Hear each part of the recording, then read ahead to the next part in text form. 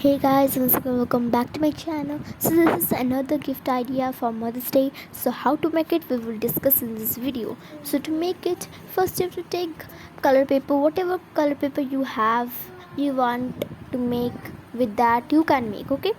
So then you have to left side you have to fold it in the middle, right side also you have to fold it in the middle, and then you have to glue there, down also you have to glue, okay? And then like the way you make a candy, like that only you have to do, and then the down part you have to cut, okay?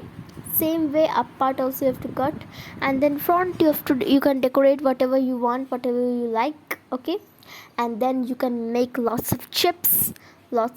And to make the chips you have to cut many circles, and then you have to do fan folding, and you will write whatever you want, whatever message you want to give to your mother, okay? You will write, and that's it. It's very easy to make, it's very simple also.